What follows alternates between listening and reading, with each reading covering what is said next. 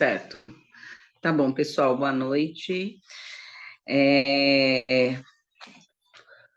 Hoje nós estamos na 13ª aula, só lembrando que a semana que vem seria a reposição, mas eu vou dar uma olhada conforme for, se vocês concordarem. A gente podia fazer a nossa aula presencial, como a gente tinha comentado, né? E aí eu vou ver se eu consigo fechar Jesus Cristo até a morte dele. Então, ao invés de ser apenas uma reposição, a gente dá a próxima aula, mas já revendo alguns fatos, né, importantes referentes a Jesus Cristo. Mas hoje, continuando naqueles blocos da última semana de Jesus Cristo, tem algumas coisas bastante interessantes, tá? Inclusive, quem leu a designação, aliás? Então, Henrique, Eu? o Jonathan? Hoje eu vou ficar devendo, irmã Célia. Eu não consegui. Não, então só o Henrique? Eu li também. A Júlia? Valesca. Lalesca, desculpa aí. Lalesca. Tá. Primeira vez que se lê, Lalesca? Todinho? Não, passa... todinho não. Agora eu li tudo. Normalmente eu leio, duas escrituras. Aí eu não considero como leitura, então. Tudo bem, tá joia. Tô marcando aqui, tá bom? Não, e outra, eu li assim, eu comecei a ler porque eu falei, não, preciso já ver uma aula legal para dar domingo e tal. E aí eu lembrei hoje, quando eu finalizei, falei, não, eu fui pro Instituto também. E aí quando eu tava começando a montar, eu falei, domingo que vem é que eu quero esse destaque, não vou dar aula. Mas aí valeu, estudei pelo menos. Opa, e ó, é interessante que Mateus 26, Marcos 14 são muito parecidos, as narrativas. Já no João 13 também é parecido, mas tem algumas outras coisas que foram acrescentados. E a leitura é muito interessante. Então, tá? Vamos ver a próxima imagem? Tá. Nós temos aqui duas imagens muito semelhantes, que eu mesmo me confundia. Quem pode ler João 12, 3 para a gente, por favor?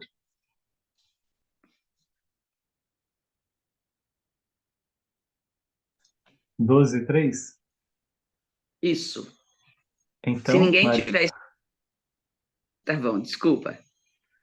Então, Maria, tomando uma livra de unguento de nardo puro, de muito preço, ungiu os pés de Jesus, enxugou-lhe os pés com seus cabelos, encheu-se a casa do cheiro do unguento.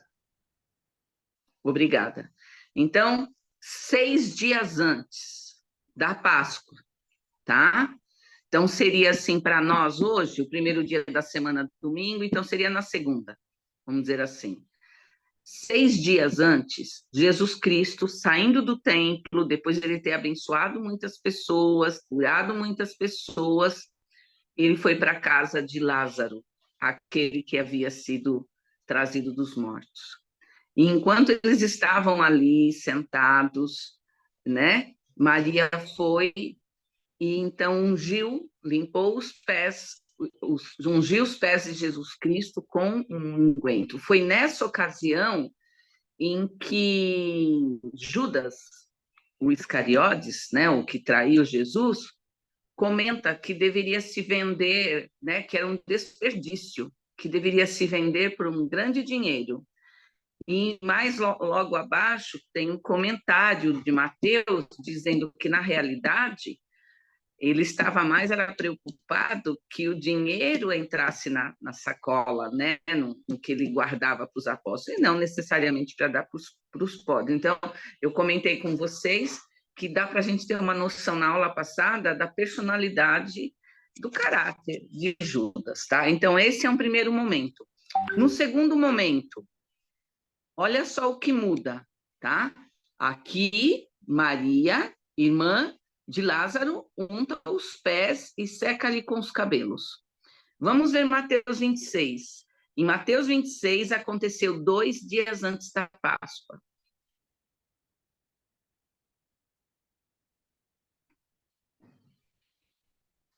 Ninguém tem essa escritura?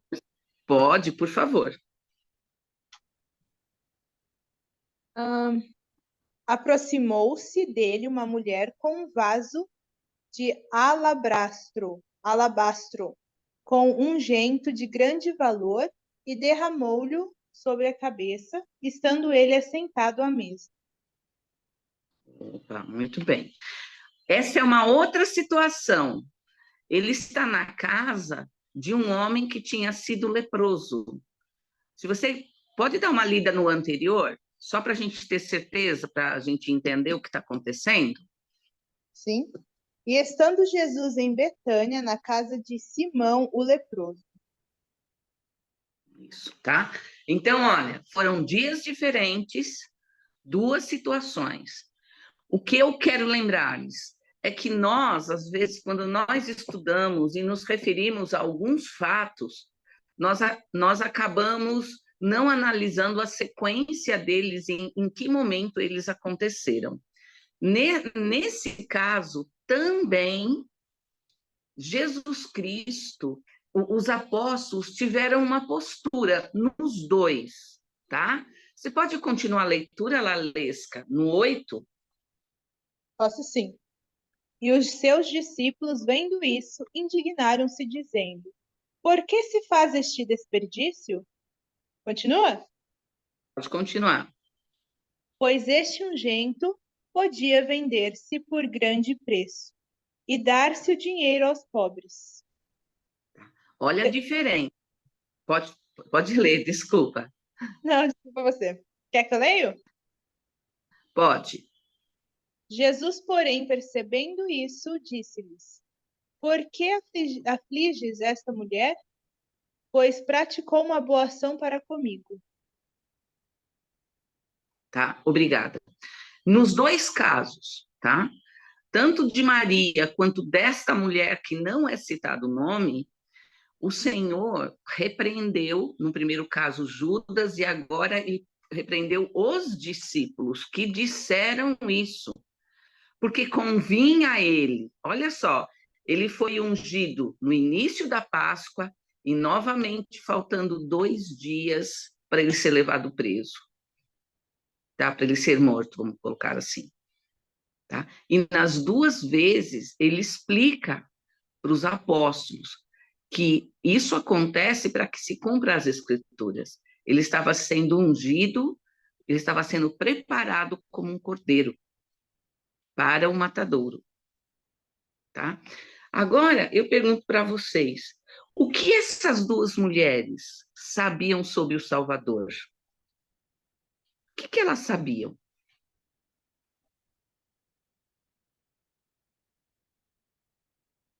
O que vocês acham que essas 2 mulheres sabiam do Salvador? Sabia que ele era filho de Deus na carne, que era nosso Salvador e Redentor. Por isso que, vamos dizer assim, que o tratavam, vamos dizer assim, que como um rei, de fato. Porque elas tinham essa fé, elas tinham essa crença. Elas não fariam isso se ele fosse qualquer uma pessoa que estivesse ali se aproveitando da boa vontade deles. Exatamente, elas sentiam o Espírito, né? Elas provavelmente estavam acompanhando. Maria, com certeza, né? Porque eles eram amigos. Mas essa outra mulher também estava acompanhando Jesus Cristo, tá? Alguém postou alguma coisa, mas foi muito rápido e eu não consegui ler. A Jéssica disse que ele era escolhido e filho de Deus, por isso deram o seu melhor. Tá? Então, nós estamos aprendendo muitas coisas sobre o Salvador Jesus Cristo, tá? E quando nós ficamos sabendo quem é o Salvador e o que ele fez por nós não podemos ser indiferentes. Não dá para a gente voltar atrás como se nada tivesse acontecido, como se eu nunca tivesse conhecido o Evangelho. Então, do que eu estou falando? Que uma pessoa que nunca ouviu falar de Jesus Cristo, quando ela aprende sobre ele, ela não consegue mais voltar à vidinha dela de quando ela não sabia sequer quem ele era. Porque nossa vida passa a mudar. E é um pouco grande a leitura, mas eu senti que eu deveria colocar uma conversa de Joseph Smith conversando, sendo contada por Daniel Tyler. Esse Daniel Tyler foi um dos primeiros membros da igreja e ele pôde conviver muito próximo de Joseph Smith. Então, passa para o outro quadro, são 2 quadros. Quem pode ler o primeiro, por favor? Eu posso ler. Por favor, Júlia. Diz assim: pouco depois da chegada do profeta a Commerce, que mais tarde passou a se chamar Nauvoo, saindo da prisão no Missouri, o irmão Isaac Berhunin e eu fomos visitá-lo em sua casa. O assunto da nossa conversa foram as suas perseguições. Ele contou-nos muitas das declarações falsas, incoerentes e contraditórias que foram feitas contra ele, por apóstatas, por membros amedrontados da igreja e por não membros. Quando o profeta acabou de contar como havia sido tratado, o irmão Berhunin comentou: se eu fosse deixar esta igreja, não faria como esses homens. Eu iria para um lugar distante, onde ninguém tivesse ouvido falar do mormonismo, e me estabeleceria ali, de modo que ninguém ficaria sabendo que eu conhecia algo a respeito dele. Tá, antes de você passar do Henrique passar para o próximo quadro. Estão entendendo a conversa? Joseph apenas ele comentou de tudo o que ele havia passado nas mãos de apóstatas, né? Enfim. E aí houve esse comentário, né? Esse irmão diria, eu iria para bem longe, né? E para ninguém saber quem eu era. Aí vamos ver o que ele falou. Passa para o próximo quadro. Quem pode ler, por favor?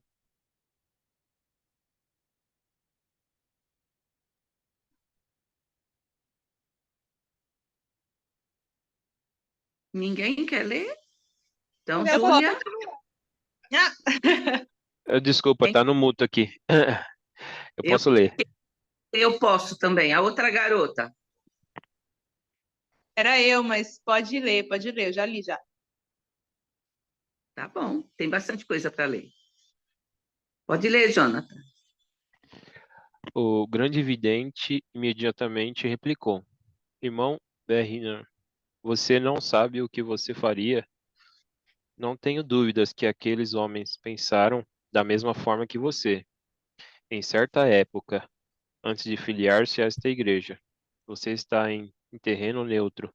Quando o evangelho lhe foi pregado, o bem e o mal foram colocados diante de você, para escolher um deles, ou nenhum. Havia 2 mestres opostos, convidando-o a servi-los. A filiar-se a esta igreja, você se ofereceu para servir ao Senhor. Ao fazer isso, saiu do terreno neutro e jamais poderá retornar para lá. Ele foi claro. A partir do momento que o evangelho foi colocado em nossas vidas, nós tivemos a oportunidade de escolher entre o bem e o mal. Aliás, nós temos essa oportunidade todos os dias. E nós, por termos aceitado nos tornar membros dessa igreja, nós já nos posicionamos. Tá? Tem algumas escrituras, acho que no próximo quadro está ela. Por favor, Henrique. Está assim. Quem pode ler essa escritura para nós? Eu posso ler. Diz assim, Apocalipse 3:16. Assim, pois é morno e nem és frio, nem quente, vomitar-te-eis da minha boca. Aí tem Mateus 12 também. Você já continua. Continua? Não, só um momentinho. O Senhor está sendo claro que nós devemos Nós não podemos ser nem morno e nem, não faço parte de nada, tá? Nós precisamos saber o que nós estamos decidindo em nossas vidas, tá? Qualquer coisa que a gente decida diferente disso, é como se nós fôssemos mornos. E o Senhor está dizendo claramente, né? Se nós formos mornos, o Senhor vai nos vomitar da boca dele. Nem próximo dele nós vamos chegar. Vamos ver, Mateus, lê a próxima para a gente, o 12:30. Diz assim: quem não é comigo é contra mim, e quem comigo não se ajunta, espalha. Outra escritura que o Senhor está sendo claro. Lembra o que o Senhor disse para Pedro, porque ele não queria lavar os pés? Quem lembra? Sim, diz assim, é que se você não deixa lavar seus pés, não tem partes comigo. Não, não, é algo assim, né? Exatamente. Você não permite que eu lave seus pés, você não tem parte comigo. Né? Olha só, ele foi claro. Nós comentamos sobre isso na aula passada, né? Vamos ver o próximo quadro. Irmã Célia, posso comentar algo antes? Claro que pode. Eu gostaria de comentar uma pequena história que me veio na mente quando você disse de escolher entre o bem e o mal ou ficar neutro. Uma certa pessoa, ela estava, certa vez, se encontrou, né, com o Salvador e do outro lado tinha o inimigo, né, tentando, né. E aí chegou um momento que ela tinha que escolher, né, e aí perguntou para ela, né, qual lado você gostaria de ir? Ela ficou na dúvida. Aí falou, eu vou ficar no neutro, né? E o inimigo estava toda hora gritando, né, para aquelas pessoas que estavam do outro lado, mas para aquela pessoa que estava no neutro, ela não gritava. E aí foi perguntado, não é por que você não grita pro pessoal que está no neutro? Porque o neutro já é meu. É uma reflexão bem importante, né, que não tem essa, né, o Salvador ensinou, né, que ou você é quente ou você é frio. Se você é morno, você é do inimigo. Por isso que ele diz, né, que vai vomitar, né? E é interessante esse pensamento do Salvador.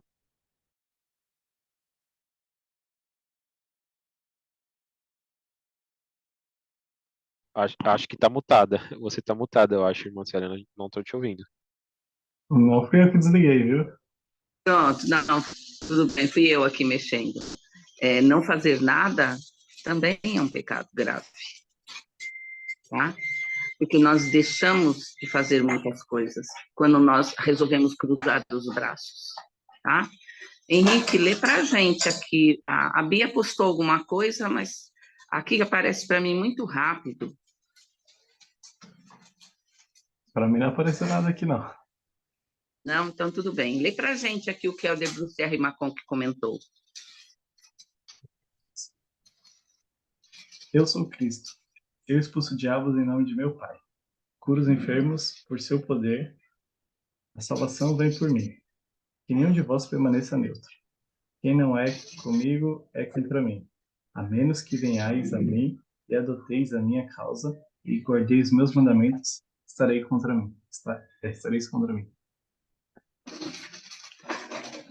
Nós tomamos uma decisão.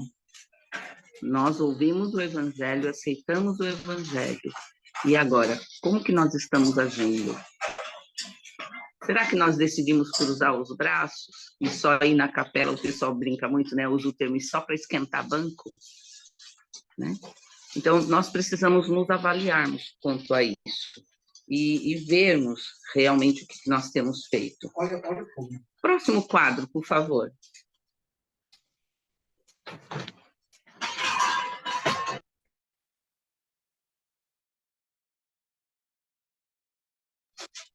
Quem pode ler Doutrina e Convênios 58:26? Depois tem duas perguntas, e vocês prestem atenção na escritura. Quem pode ler? 26 ou os dois que estão aí na... Os dois que estão sim. o 58, 27. Opa, 28. ela Ela pôs errado. É o 28, 26, 27. Alguém abre o 26, lê. Oi. Quem abriu o 26, lê, e outra pessoa lê essas duas aqui.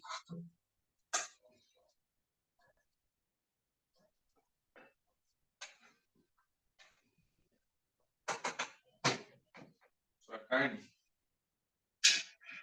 Só é carne? Só um momento, pessoal.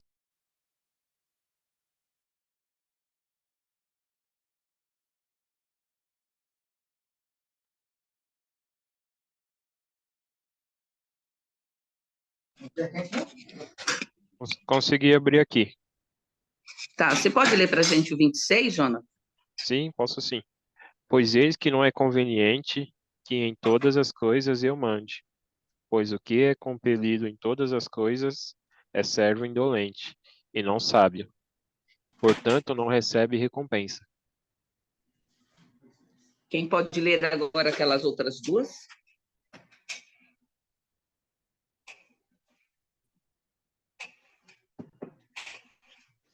Quais são, Célia?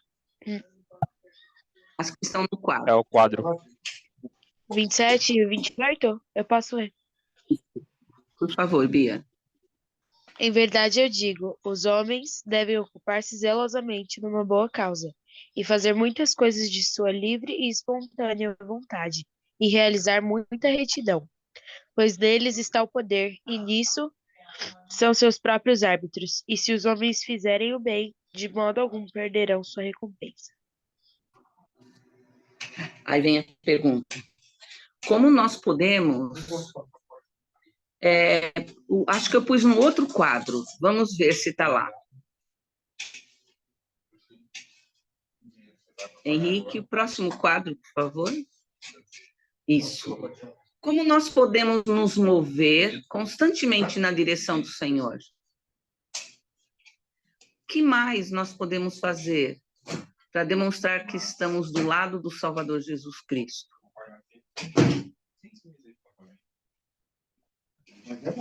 Baseado no que nós lemos.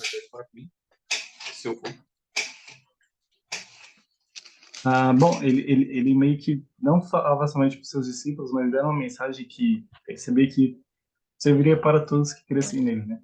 Não somente crer, não saber, e ter aquele sentimento de que sim, é o- ele é o nosso Salvador e Redentor, mas estar com ele, ser como ele, buscar seguir seus exemplos, né? Aquela escritura que eu mencionei lá, que quando ele fala para Pedro que se não deixa ele lavar os pés dele, é porque não tem parte com ele, eu achei muito forte, porque era algo assim que a gente pensa, nossa, tudo bem, Pedro acho que não queria, né, que ele, sendo quem ele era, lavasse os pés de Pedro, mas assim, ele também ensinava que ele não vinha para ser servido, sim para servir. Então, eu acho que esse é tipo, a gente pode nos mover constante na direção do Senhor, sendo como ele, agindo como ele agiu, servindo, amando as pessoas, ensinando, assim. Irmã Célia, também entra outra pergunta também, né? Que Salvador sempre perguntava para as pessoas, tendes fés? E ele fala, né? Se tendes fés, agireis, né? Que fala a fé sem obras, ela é morta. É um, é um modo como o Salvador sempre ele exortava as pessoas a ter fé, né? A fé leva a ação, né? E a ação ela gera milagres, gera o, o acolhimento, a ajuda a servir as pessoas, né?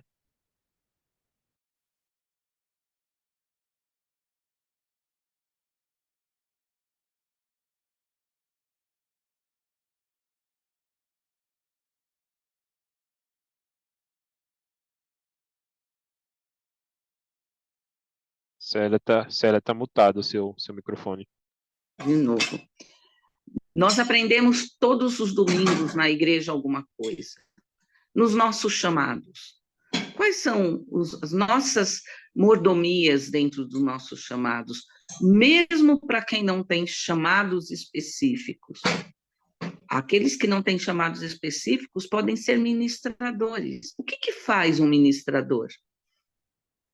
O que deveria fazer o nosso ministrador para nós?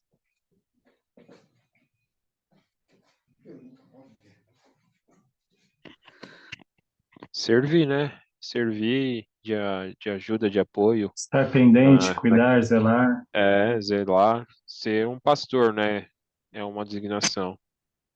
Olha, algo muito, muito simples. Na capela, prestar atenção nas pessoas que eu ministro e ver se elas estão lá. Estão, eu vou lá e vou cumprimentá-las. Vou saber se vocês estão bem, está tudo ok. Ligar para elas, demonstrar que nos importamos. Não é apenas ser um membro da igreja. Ser ministrador é ir além.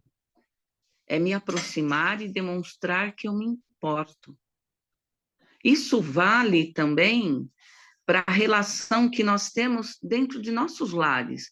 Qual a relação que a gente tem com nossas mães? Com nossos pais, com os nossos irmãos? Ou nós entramos em nossa casa, desculpa se eu estou falando assim abertamente, mas se nós chegamos na nossa casa, abrimos a porta, fechamos, não olhamos para o rosto de ninguém, só esperamos que a comida esteja pronta para nos servirmos, e vamos tomar um banho e vamos dormir e acabou. É isso. É essa uma relação familiar? É dessa forma que nós demonstramos que estamos do lado do Salvador Jesus Cristo? Será que ele faria isso? Ele fazia isso, será, quando estava com a família? Ele tinha esse comportamento? Ele era desrespeitoso com eles, de alguma forma? Mesmo quando nós estamos chateados, lembra do discurso, né, que o profeta Deus deu para nós sobre sermos pacificadores, de nós não isso. A Jéssica está colocando que a família deve vir em primeiro lugar, né? Que nós devemos cuidar primeiro, realmente. Tá? Nós temos todos os dias oportunidade de servir as pessoas, basta a gente abrir nossos olhos. Parece coisa simples, mas dentro do trem, dentro do ônibus, em muitas situações, nós temos oportunidade de servir. Não precisamos sair gritando, olha, eu sou membro da Igreja de Jesus Cristo, eu aceitei o Evangelho. Não precisamos. A nossa postura, a nossa atitude vai demonstrar isso. E são essas pequenas coisas, gente, que vai nos tornar quentes ou frios, tá? São essas pequenas coisas que o Senhor está observando, porque sai do coração. Vem do nosso coração, é aquilo que nós somos. Alguém gostaria de comentar alguma coisa? Ah, sim, eu gostaria. Desculpa intrometer Não? tanto, mas é que toda vez vem algum gatilho. E você comentando, me vem uma música muito famosa, né? Que fala: Alguém já perguntou como é que foi seu dia? É uma palavra amiga, uma pergunta boba, né? E ele fala: Isso faz falta no dia a dia, né? E isso é real, né? A gente às vezes se perde, né?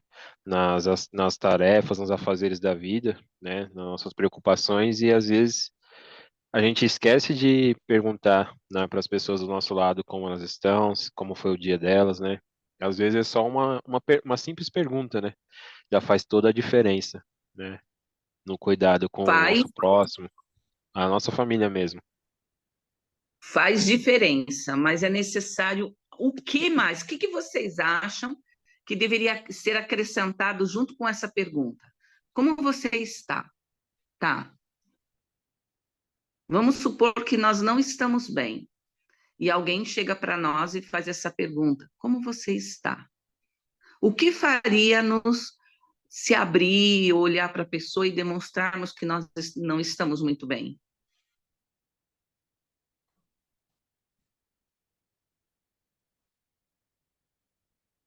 O que vocês acham? Vou dar um exemplo. Quando se o Senhor ele sabia o que estava indo no coração das pessoas. Então, ele nem sempre perguntava como que eles estavam, ele já conversava sobre o problema. Mas nós não sabemos. Então, mas se ele perguntasse para nós, para cada um de nós, tá? Jonathan, Jéssica, Kimberly, eu, Henrique, Lalesca, olha bem primeiro, ele olharia bem nos nossos olhos, diria o nosso nome e perguntaria: como você está? E ele não sairia correndo fazer as coisas dele. Ele continuaria parado, olhando para nós, esperando a gente responder. Às vezes, nós perguntamos assim, correndo: como é que você está? Você está bem? Tchau, tudo bem? E sai correndo. Eu não estou pronto para ouvir. Então, obrigada, Jonathan, pela lembrar disso.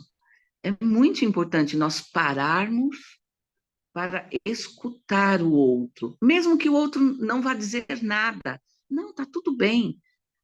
Continue olhando essa pessoa. Se vocês não se importam, põe a mão no ombro dela. Eu fico feliz que você esteja bem. E lembre-se, quando nós ministramos alguém, quando nós convivemos com as pessoas, nós precisamos, olha aqui que a Jéssica colocou, nós precisamos orar por elas.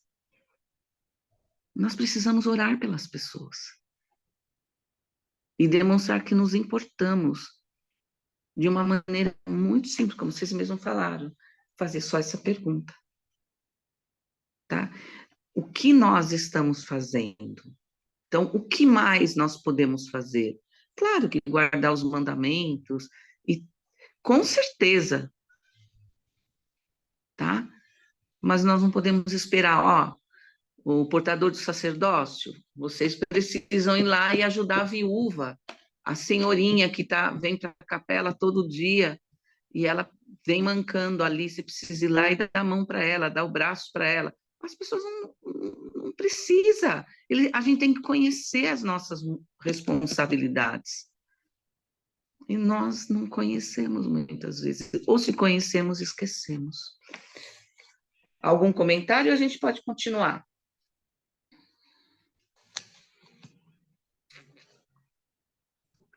Tudo bem. Vamos para o próximo quadro, por favor?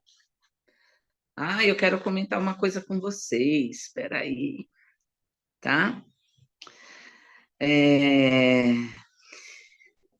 Tem respeito a essa escritura que nós vamos ler. Tá bom? Eu vou perguntar depois. Quem pode ler para a gente? Mateus 26, de 21 a 22. Nessa imagem, eles estão comendo todos juntos a ceia. Já é a ceia da Páscoa. E enquanto comia, disse: em verdade vos digo que um de vós me há de trair. E eles, entristecendo-se muito, começaram cada um a dizer-lhe: porventura sou eu, Senhor? Pensem um pouco. Tá lá os 13, numa ceia de Páscoa, juntos. Eles andam junto praticamente há 3 anos. São 3 anos o ministério do Salvador Jesus Cristo. E num momento desse, eles se conheciam razoavelmente bem. Jesus Cristo diz, né? Em verdade vos digo que um de vós há de me trair. Qual seria a nossa reação se nós estivéssemos entre eles? Na hora, qual seria a nossa reação?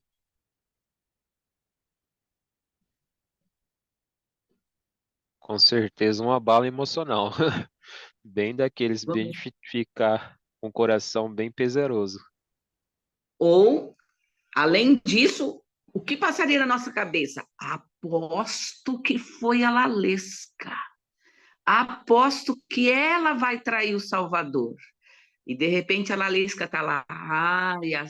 Fulano, o Henrique é muito soltinho. É ele que vai trair o Salvador.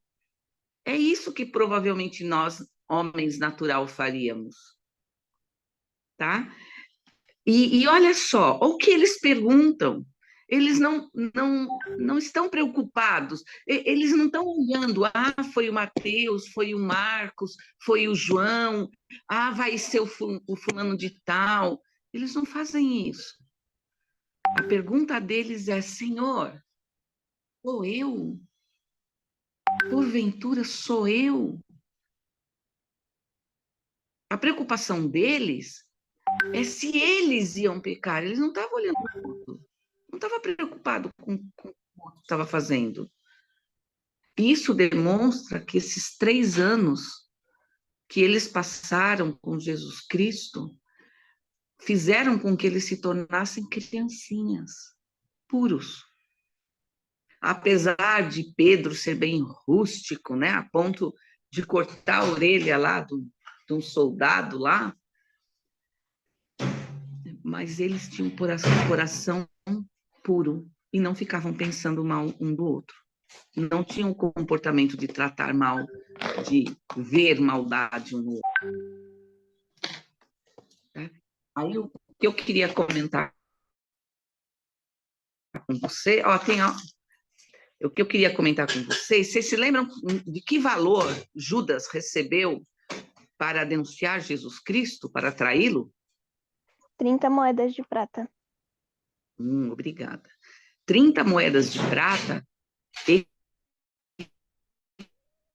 equivalia na época ao escravo. É como assim, nós não temos hoje uma média de quanto custa um pãozinho francês? Mais ou menos, a mesma coisa. Naquela época, era comum se pagar 30 moedas de prata por um escravo. Então, era como se ele estivesse vendendo o próprio Salvador como se fosse um escravo. Tá. Vamos ver a próxima imagem?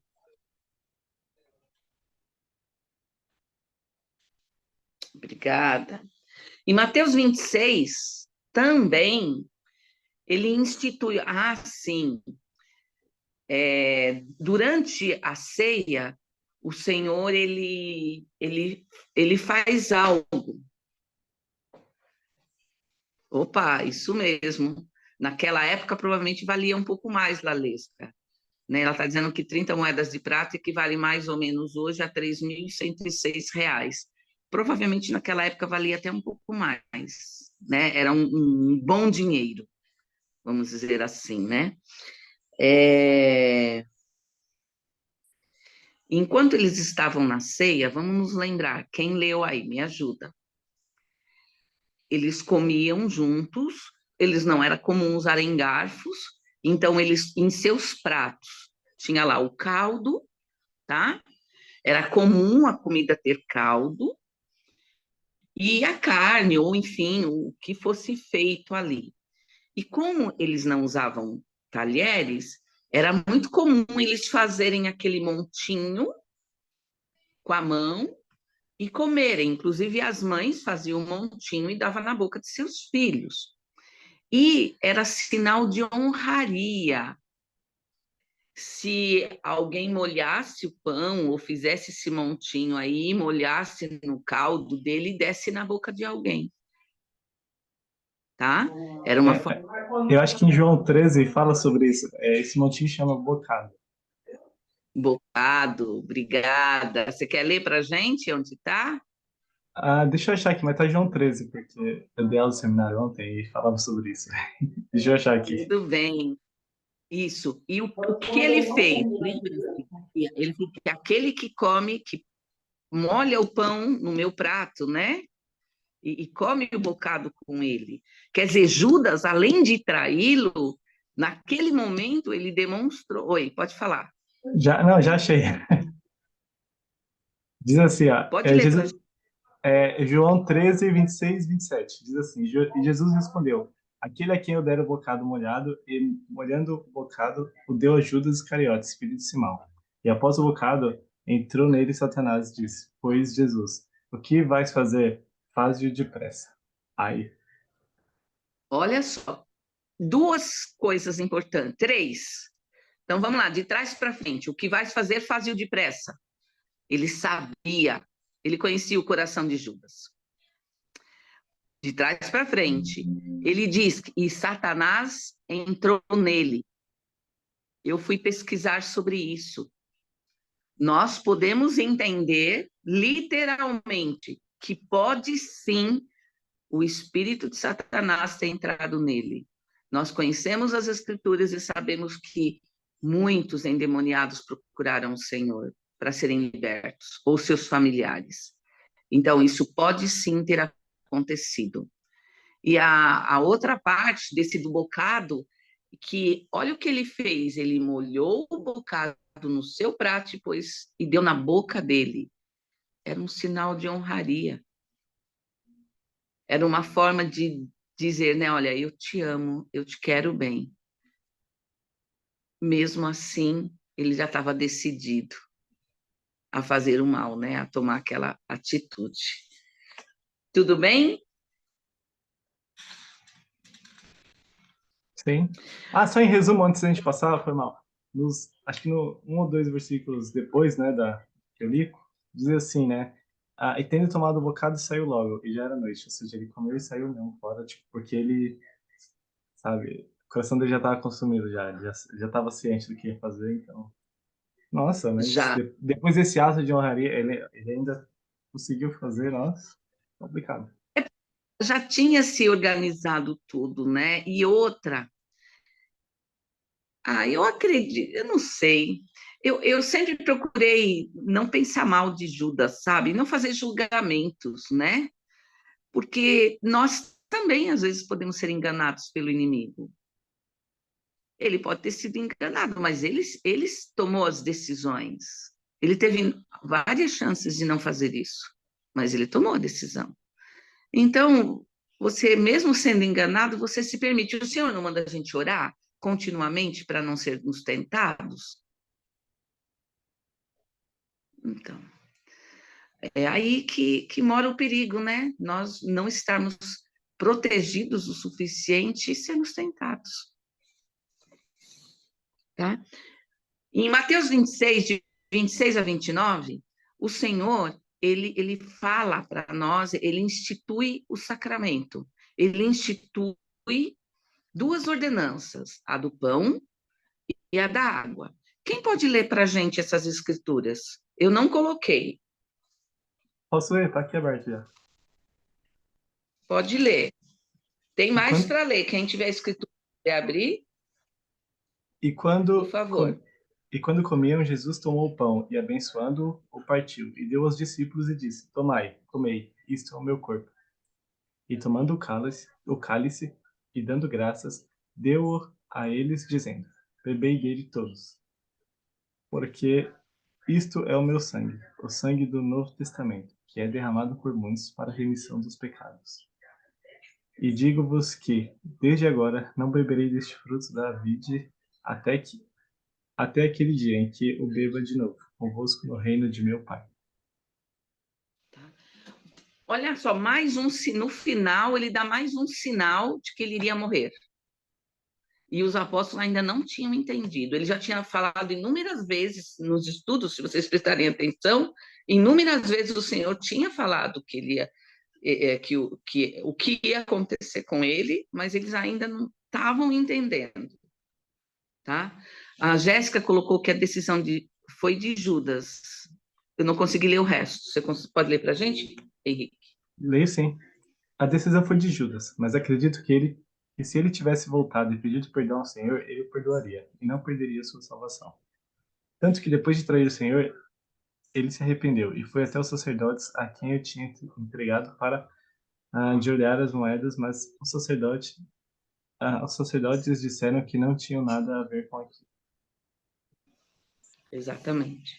Eles não sabiam que iam fazer tanta maldade com ele, né? Inclusive, nós vamos falar isso na próxima aula, um pouquinho mais, tá? Eu acho E Jéssica deu spoiler. uma coisa interessante, irmã Célia, é que em Mateus 26, no versículo 24, o Salvador lhe dá uma palavra, mais uma palavra que eu acho que deve ter ido de encontro no coração de Judas, que deve ter deixado ele muito pesaroso, né? Que ele fala assim, eu vou ler para vocês verem. Ele fala, em Por favor. verdade, o Filho do Homem vai como a cerca dele, está escrito. Mas ai daquele homem por quem o Filho do Homem é traído. Bom seria para esse homem se não houvera nascido. Exatamente. É que nós ainda não temos ideia do que vai ser depois dessa vida para aqueles que fazem muito mal para as outras pessoas. Mas vai ser muito triste, gente. Vai ser muito difícil. E não tenho dúvidas que o Salvador sente muito quando ele olha e vê isso. Vê quantas pessoas conhecem a verdade e não se arrependem. E não buscam um arrependimento sincero.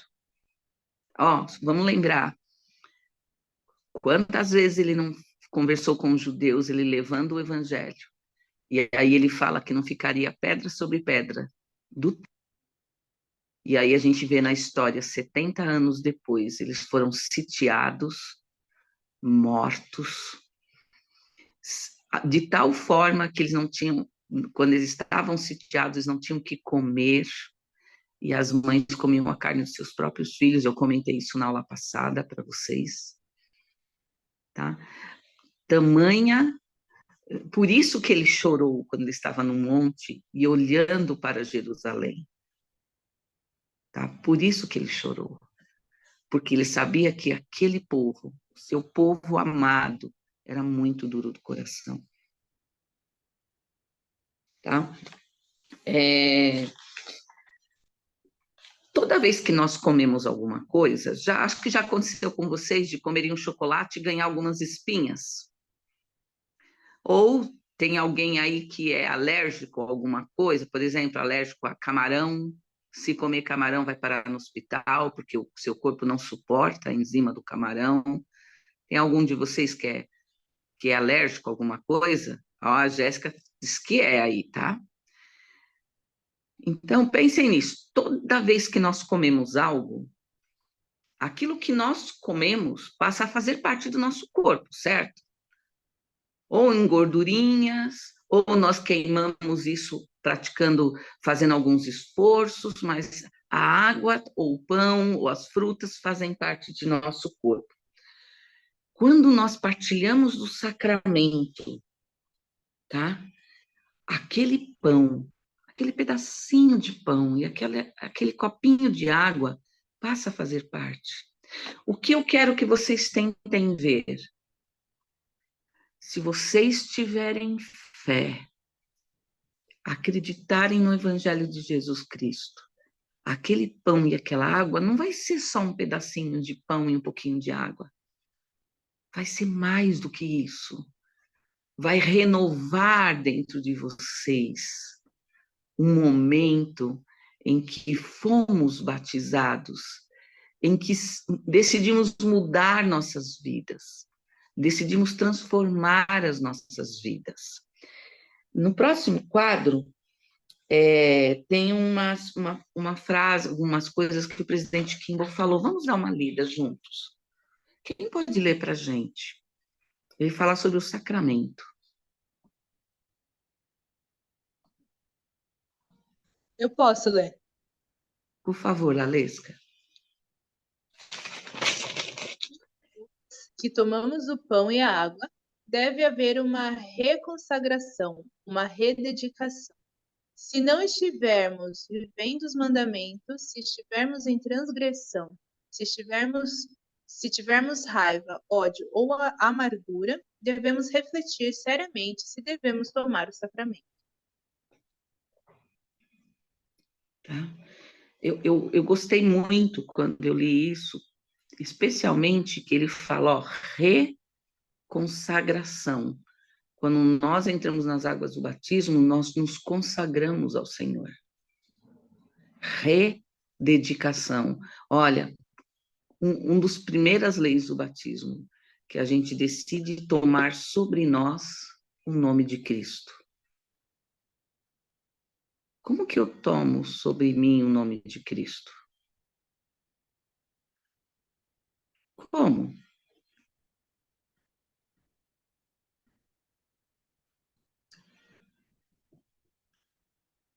Como que nós tomamos sobre nós o nome de Cristo?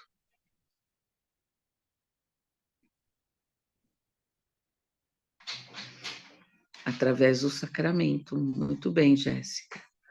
Não só através do sacramento, que nós estamos reconsagrando, tá? Mas vai além disso. Nós precisamos realmente viver aquilo que nós estamos aprendendo. Quantas coisas, gente, eu mesmo, vou falar de mim. Essa semana eu devo ter feito coisas que o Salvador não ficaria feliz comigo. Eu não fui uma verdadeira discípula. Eu devo ter negligenciado muitas coisas. Tá? Quantas vezes eu já não devo ter tomado o sacramento com raiva, mágoa, sabe, chateada com as pessoas? E não é isso. É um momento para a gente realmente se lembrar de Jesus Cristo. Se lembrar do que nós estamos estudando agora. Fechar os olhos e lembrar que esses momentos foram reais. É que nós não conseguimos ver o poder que existe em tudo isso. Mas nós podemos pedir para o Senhor e Ele vai nos mostrar, Ele vai nos ajudar a saber, a sentirmos por nós mesmos, através do Espírito, o quão reais, o quão verdadeiros são esses símbolos. Mas a gente tem que pedir. Se nós não pedirmos, não adianta. Tá? Vamos ver o próximo quadro?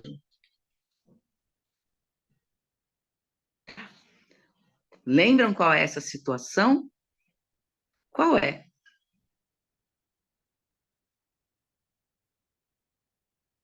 Quem é essa pessoa aí?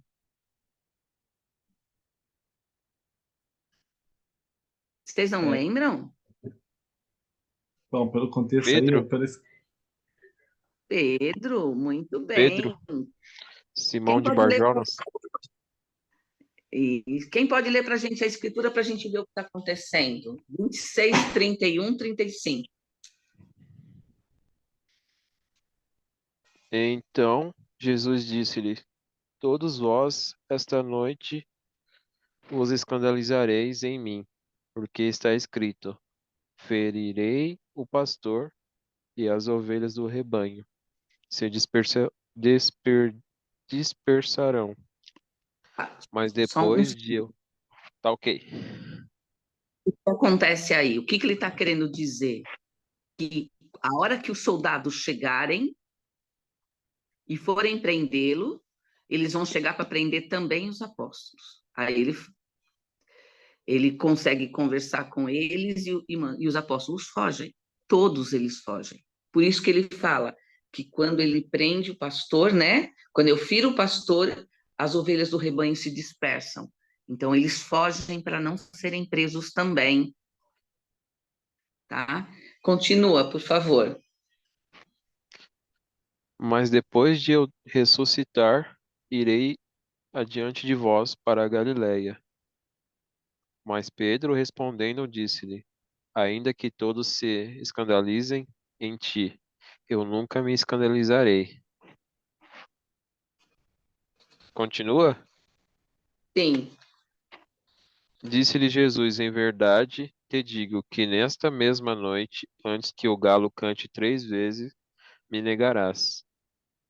Disse-lhe Pedro: Ainda que me seja mister morrer, contigo não te negarei. E todos os discípulos disseram o mesmo. Olha só. Foi um momento em que ele disse: Eu vou morrer por ti. E aí o que acontece? 3 situações, né? 3 ou 2 situações, onde ele se coloca no meio de servos para ver o que estava acontecendo com Jesus, e alguém reconhece ele: esse daqui é um seguidor de Jesus. Mas Jesus Cristo já estava sendo maltratado, já estava sendo esmurrado, empurrado, tratado com indecência. E ele, naquele momento, com medo, ele nega Jesus Cristo. Não, não sou eu. E ele foi reconhecido por outras pessoas, onde ele diz que não era ele. Tá? E aí diz que ele chora amargamente. ele se arrepende profundamente pelo que aconteceu. Quantas vezes será que a gente já não negou o Senhor ou não usou uma oportunidade de dizer eu sei que Jesus é o Cristo? Eu não sei quantas vezes. Tá? Eu coloquei logo, alguém quer, a gente pode passar para uma tabela que tem aí? Próxima imagem, por favor. Tá. Nessa tabela, não vai dar tempo para nós analisarmos as escrituras, tá bom?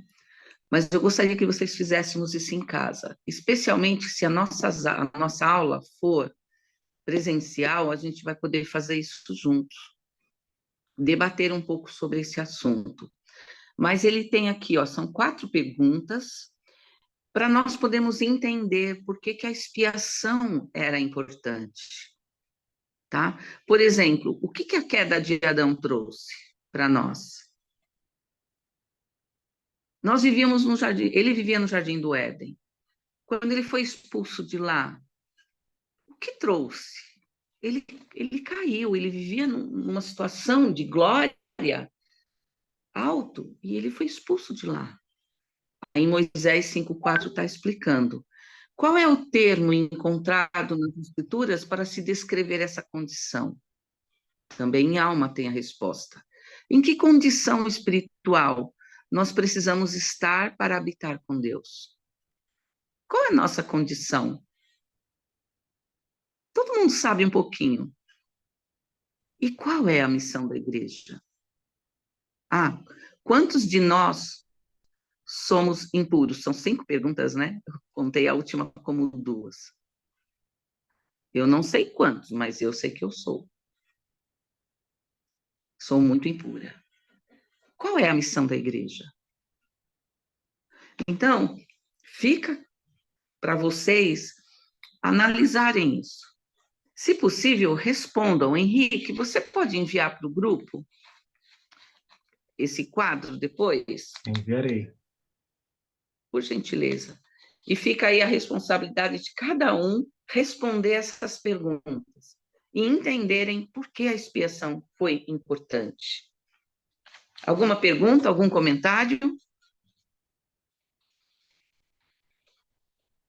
Próximo quadro, então.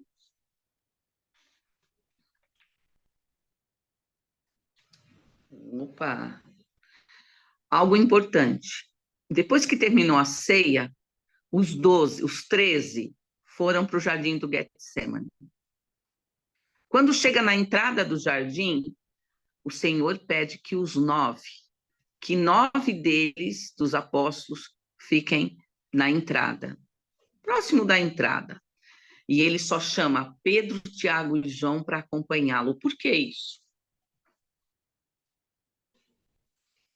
Por que aconteceu isso?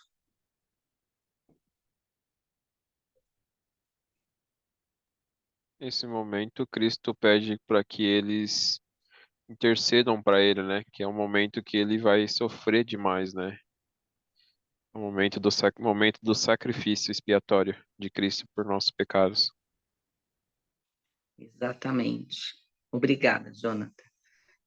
Exatamente. Os Pessoal, para 3. ajudar o pessoal, pensa que é na cruz, né? Que Cristo ele faz o sacrifício, mas é nesse momento que ele faz e na cruz ele só consuma, né? Termina. Exatamente. O maior sofrimento dele foi aí. Humanamente falando, tem uma pesquisa que mostra de cientistas que homem, e também as escrituras falam, que homem nenhum suportaria o que Jesus Cristo suportou. Para ele ter ter suado sangue pelos seus poros, a escritura diz que gotas de sangue caíam no chão de seus poros. É porque, imaginem a dor. A gente tem uma cãibra. A gente não consegue dobrar nossa perna, ou se for no braço, não sei, as minhas são mais nas pernas. Eu não consigo me mexer se eu tenho uma cãibra. É muito difícil. E eu não chego nem a suar. Ele não só suou, como ele suou sangue. Vocês conseguem imaginar o tamanho dessa dor, desse sofrimento que ele passou? E outra coisa que acontecia, ele pediu para os 3 apóstolos, exatamente, não a pessoa, muito bem, a Jéssica colocou que a pessoa não sobreviveria, realmente, ela não suportaria, o cérebro dela não suportaria, ela morreria. E o interessante é que ele começou a orar, estava ali em oração, e aí ele vai até os apóstolos, que eles estavam um pouco distante dele. E eles estavam dormindo, eles estavam cansados. E ele ainda, para os apóstolos, ele pergunta, né? Vocês não conseguem ficar acordados para orar, né? Por mim? Tá? E ele ainda, em outro momento, ele ainda fala que o espírito está pronto. É que não vai dar tempo para a gente ler tudo isso. Eu pretendo tentar fechar esse assunto na próxima aula com vocês. Mas ele fala que o espírito está pronto, mas que o corpo é fraco. Para que o corpo dele suportasse tudo que ia passar, tinha que estar corpo e espírito unidos. É como os 40 dias de jejum. Nós não conseguimos, como seres humanos fracos e imperfeitos. Uma pessoa normal não consegue fazer 40 dias de jejum. Irmã E Célia, ele acho que um pastor que passou esses tempos na TV que foi tentar fazer esse jejum de 40 dias e 40 noites e ele morreu. Mahatma Gandhi fez um jejum de muitos dias, mas não chegou a 40. E ele ficou muito debilitado. Tá? É só para a gente ter uma ideia que tudo que nós somos... Ele diz, né, que se nós tivermos fé, nós falamos isso na aula passada também, que se nós tivermos fé, nós podemos mover uma montanha de lugar. Tá? Ele estava usando a fé dele, o amor dele pelo Pai Celestial. Ele estava usando o amor dele por nós, neste momento. Por isso que ele nos conhece. Olha, ele antes desse momento, ele já sabia o que ia no coração de Pedro, de Judas. Já sabia que Pedro ia negá-lo, sabia que Judas ia traí-lo. A partir desse momento, quando ele vence a morte, quando ele vence os pecados, não a morte, os pecados, porque a morte ele venceu na cruz. Ele realmente, ele sempre foi um Deus, ele não precisava passar por isso, mas ele realmente passa a nos conhecer profundamente. Ele passa a conhecer desde o primeiro homem até o último que vai nascer na face da terra.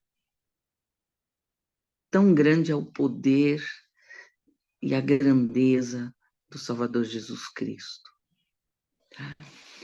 Eu gostaria de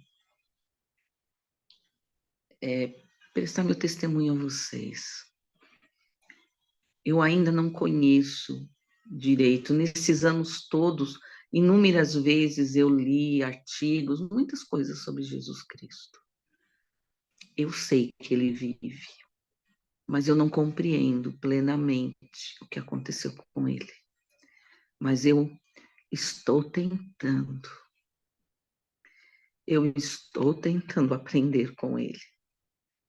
Estou tentando dar o melhor de mim, mesmo diante das dificuldades. E eu sei que eu tenho falhado muito. Então, eu presto meu testemunho a vocês, de que Jesus é o Cristo, de que ele nos ama. E que se cada um de nós pedirmos de coração, desejarmos de coração, ele vai nos ajudar a entender, a aprender e a conhecê-lo melhor. Eu compartilho essa aula, vou parar aqui, para na próxima aula a gente dar continuidade. E nós podemos falarmos mais e aprendermos mais juntos. a respeito do Salvador Jesus Cristo. Eu compartilho com vocês essa aula em nome de Jesus Cristo. Amém.